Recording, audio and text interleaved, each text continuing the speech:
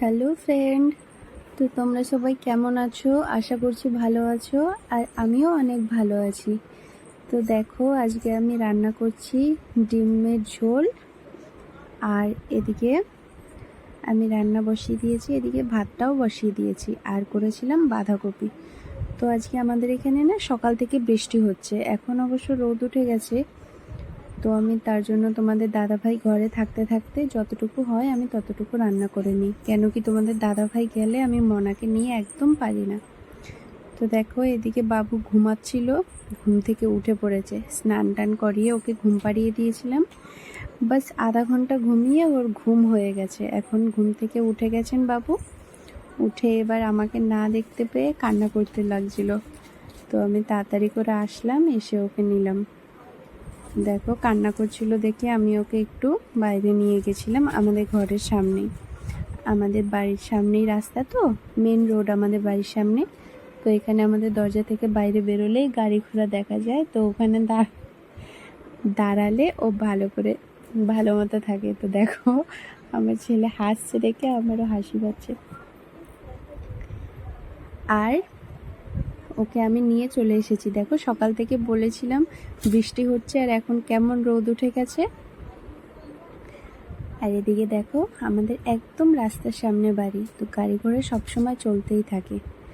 তো আমি আমার মনাকে এবার খাওয়াবো, অনেকটা বেলা হয়ে গিয়েছিল। ও স্নান করে না খেয়ে দিয়ে ঘুমিয়ে গেছিল। তো ওকে এখন আমি খাইয়ে নেবো তাড়াতাড়ি করে। খাইয়ে নেওয়ার পরেও আবার ঘুমিয়ে যাবে। তো আমার মনা না একদম খেতে চায় না। তোমাদের কার কার বেবি এরকম করে বলবে তো, মুখের মধ্যে খাবার ধরে রেখে দেয়, একদম খেতে চায় না।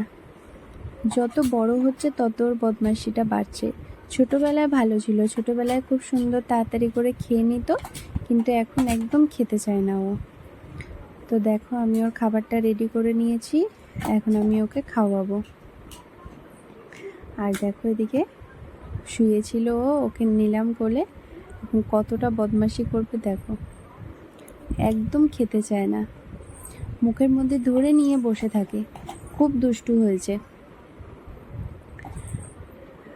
আর বাবা, তো দেখো, আমি ওকে খাইয়ে দিচ্ছিলাম। তো না, এভাবে চামচে করে অল্প অল্প করে খেতে ভালো করে খেয়ে নেয়, কিন্তু বসে খেতে চায় না, আর একদম ঝিনুক দিয়ে খেতে চায় না। তো ওকে এইভাবে অল্প অল্প করে চামচ দিয়ে আমাকে খাওয়াতে হয়, অনেকটা টাইম লেগে যায়। আর মেন কথা হচ্ছে, ও মুখে নিয়ে বসে থাকে, একদম গিলতে চায় না, খাবার খেতেই চায় না। তো দেখো, আমি ওকে খাওয়ানো দাওয়ানোর পরে এখানে চলে এসেছি জামা কাপড় গুছাতে।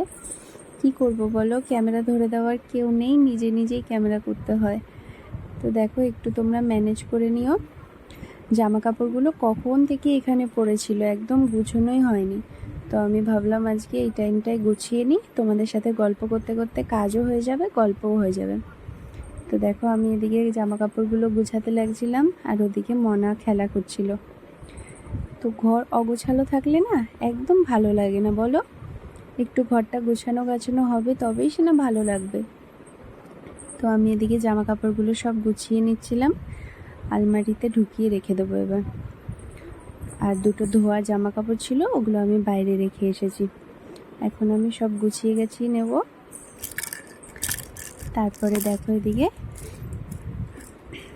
গুছিয়ে নিলাম সব কিছু। এখন দেখো, আমি সব জামা কাপড়গুলো এবার আমি আলমারিতে ঢুকিয়ে নেব। আর এদিকে দেখো, আমার মনা কি করছে, একা একাই খেলতে লেগে গেছে প্যাম্পার্সের প্যাকেট নিয়ে। তো ওকে না খাটের মধ্যে ছেড়ে দিলে একা একা ও কোনো অসুবিধা করে না, সুন্দর খেলা করে। ওর সাথে বাস একটু কথা বলে, আর ওর কাছে না সবসময় কাউকে একজনকে থাকতে হবে, তাহলে ও কোনো কান্নাকাটি করবে না। কিন্তু যদি ওর কাছে কেউ না থাকে, খুব কান্নাকাটি করে। তো দেখো, আমি এবার আমার জামা কাপড়গুলো সব আলমারিতে ভরে রাখছি। আলমারিটা কত অগোছালো হয়ে আছে বলো।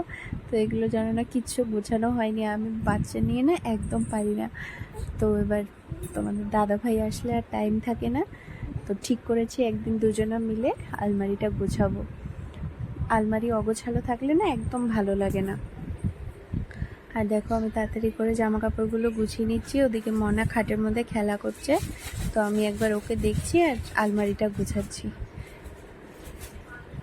আর দেখো কাজের শেষ নেই, মেয়েদের হচ্ছে গিয়ে হলো বাপের বাড়িতে সুখ, শ্বশুর বাড়িতে আসলে কাজের শেষ নেই। বলো, ভিডিওটা ভালো লাগলে অবশ্যই লাইক কমেন্ট করবে।